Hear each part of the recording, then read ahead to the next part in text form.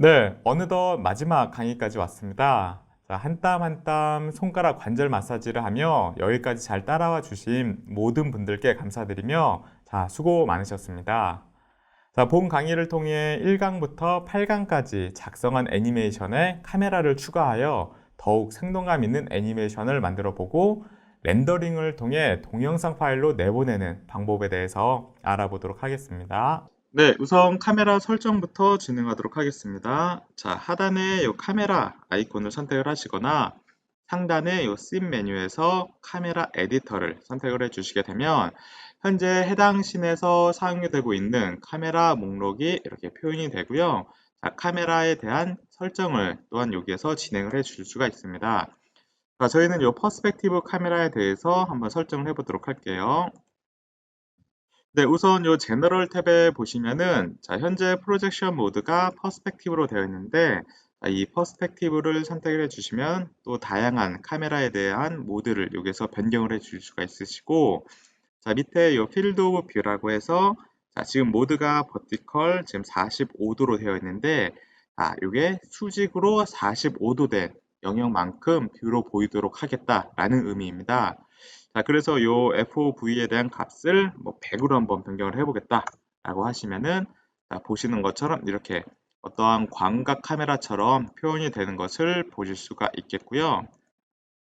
네, 저희는 일단은 요 FOV에 대한 값을 45로 진행을 해보도록 할게요. 네, 또한 몇 가지 한번 살펴보면 요 렌즈 어트리비트에 한번 보시면은 자, 여기에서 카메라 렌즈에 대한 규격을 조정을 해줄 수가 있고 자, 가운데에 Enable Depth of Field가 있는데 자, 흔히 말하는 아웃포커싱 된 이미지를 자, 해당 기능을 통해 쉽게 만들어 줄 수가 있습니다. 자, 이 Enable Depth of Field를 체크를 해주시고 자, 뭐 큰 변화가 없는 것처럼 보이고요. 자, 요 F스타 프리셋이 이제 조리개 값을 의미를 하는데 자, 일단 요 F1으로 한번 변경을 해보도록 할게요. 자, 그리고 자, 왼쪽 상단에 요 엔티 엘리어싱을 한번 선택을 해주시게 되면은 자, 화면이 약간 뭐 흔들리는 것처럼 되면서 뭐 화면에 대한 이미지가 조금 보정이 되는 듯한 느낌을 받으실 거예요.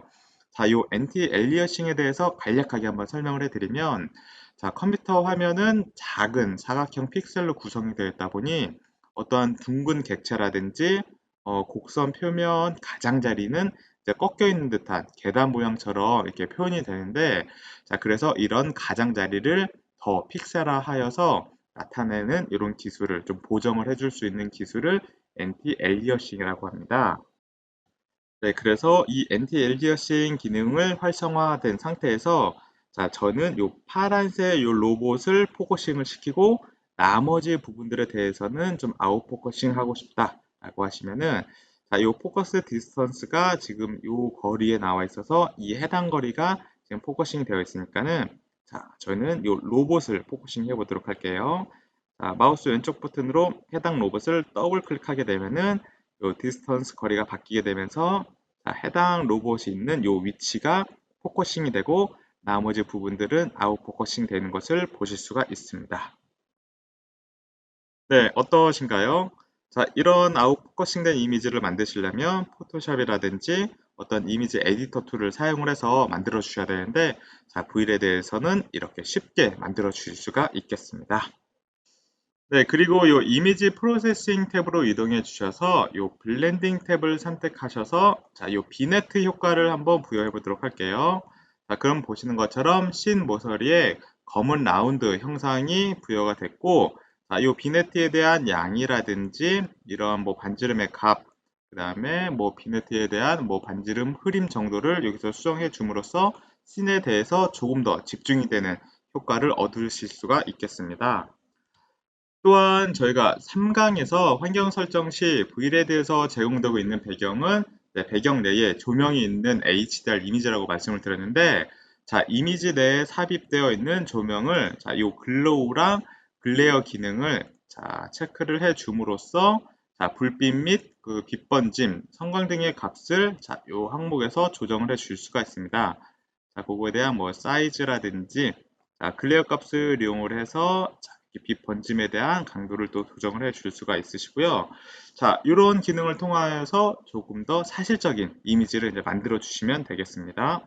네, 그럼 카메라 설정은 여기까지 하고 카메라 애니메이션을 만들어서 실제 작성된 애니메이션에 대해 좀 더 역동적인 애니메이션을 만드는 방법에 대해서 설명해 드리도록 하겠습니다.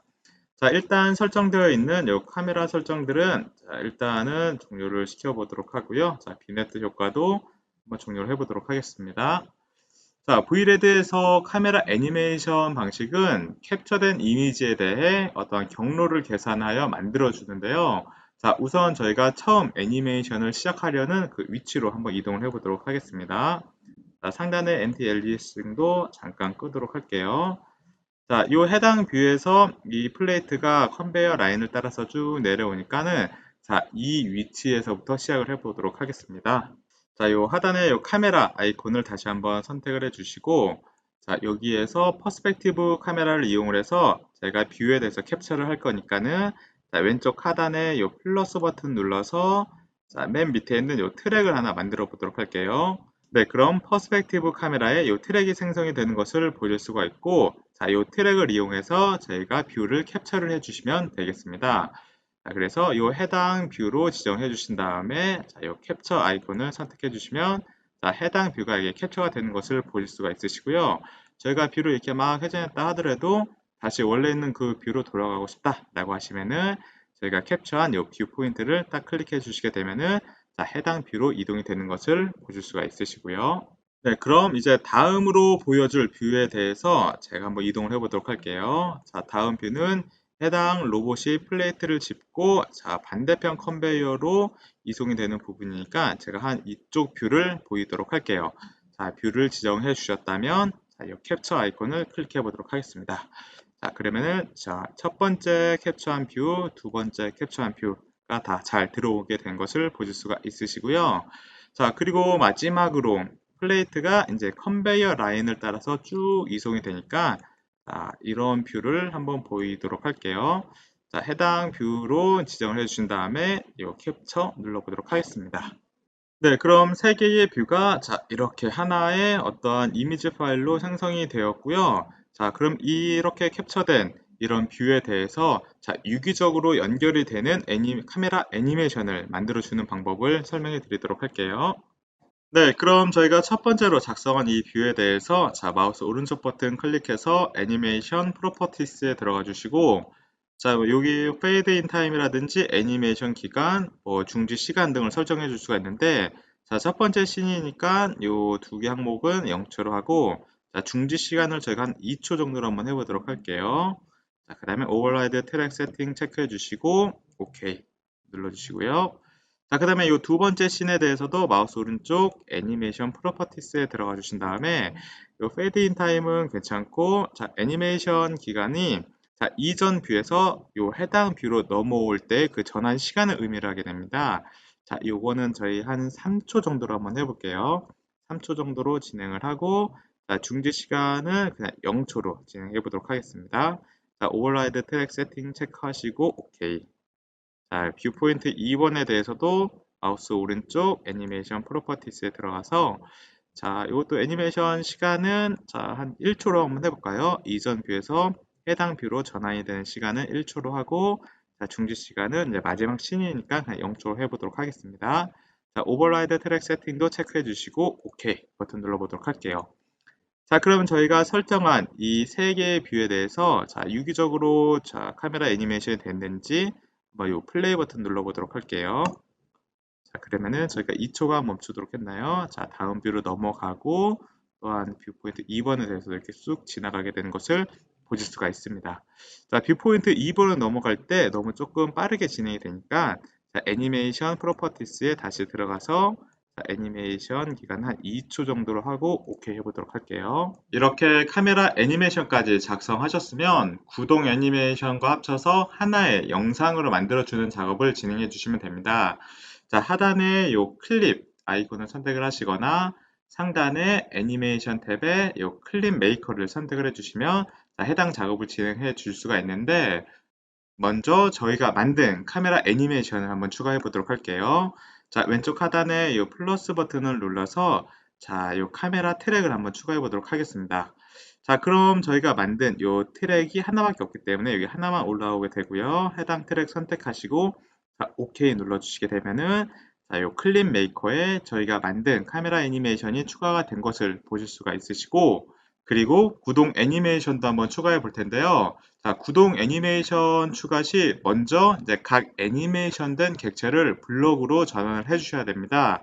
자, 그래서 하단에 이 커브즈 아이콘을 선택을 하시고 자, 블록으로 만들 이 객체를 선택하신 다음에 아래에 Create an Animation Block 엘리먼트를 한번 선택을 해 볼게요. 자, 그러면 각 객체에 대한 블럭이 이렇게 만들어지게 되고 자, 이 만들어진 이 블럭을 이 클립 메이커 안에다가 넣어주시면 됩니다.